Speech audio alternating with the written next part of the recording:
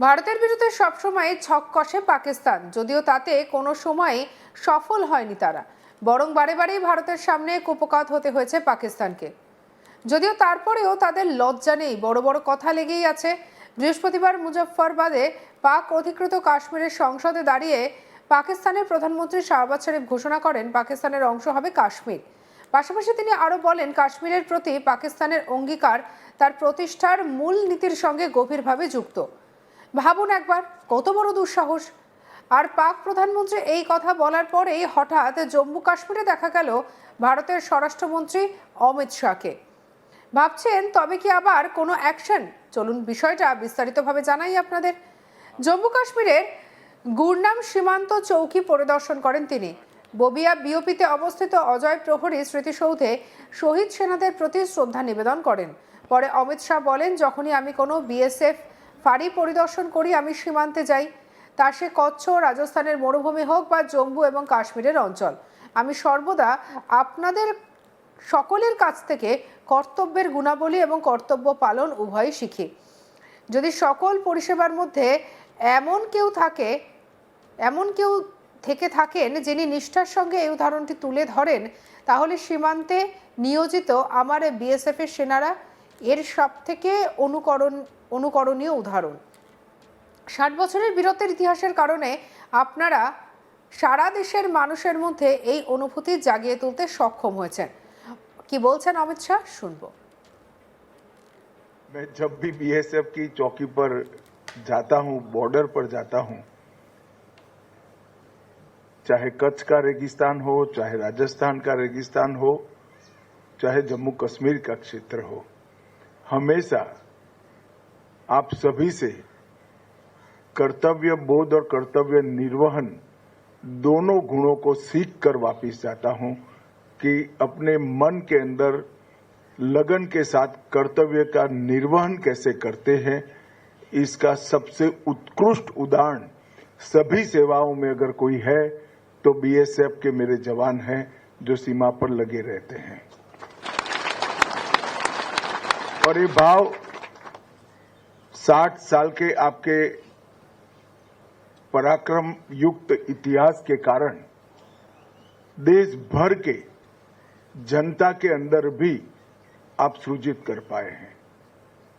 शायद आपका इतना संपर्क नहीं आता होगा, परंतु आज जब मैं बोबिया चौकी कठुआ पर आया हूं और कुछ सोशल मीडिया में मैं पोस्ट करूंगा, इसके नीचे की कमेंट्स आप जरूर पढ़ना।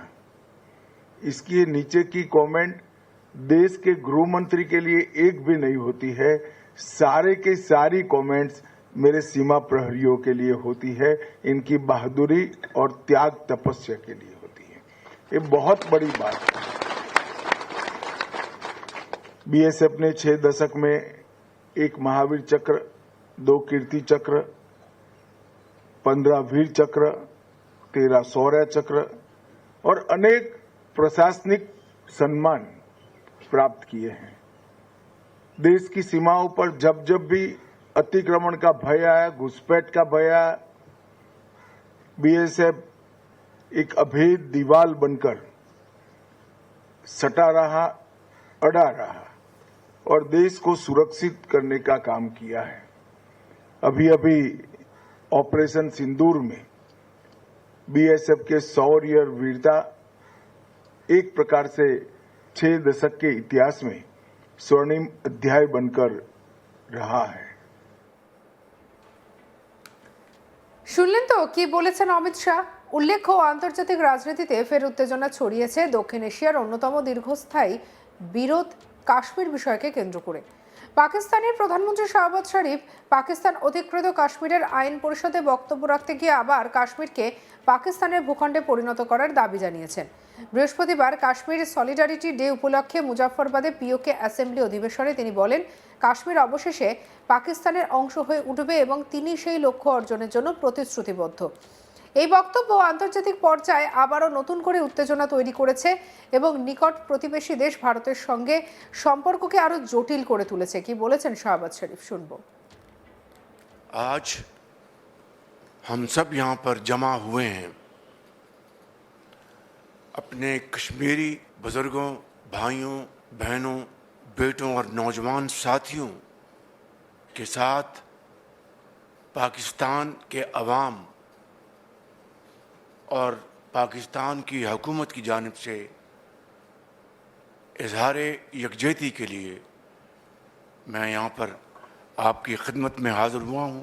मैं समझता हूँ कि जो इंशाअल्लाह बहुत जल्द अपने कश्मीरी भाइयों और बहनों की आज़ादी और उनका वतन कश्मीर बनेगा पाकिस्तान, ज़रूर अजीम कुर्बानियों के नतीजे में अल्लाह ताला के बेपाया फजल व करम के साथ इंशाअल्लाह रंग लाएगा।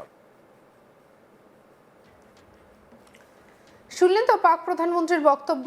আর তারপরেই ভারতের স্বরাষ্ট্রমন্ত্রী জম্মু কাশ্মীরের গুরনাম সীমান্ত চৌকি পরিদর্শন করেছেন। যদিও এটি সাধারণ পরিদর্শন নাকি এর নেপথ্যে অন্য কোনো প্ল্যান রয়েছে তা অবশ্য সময় বলবে।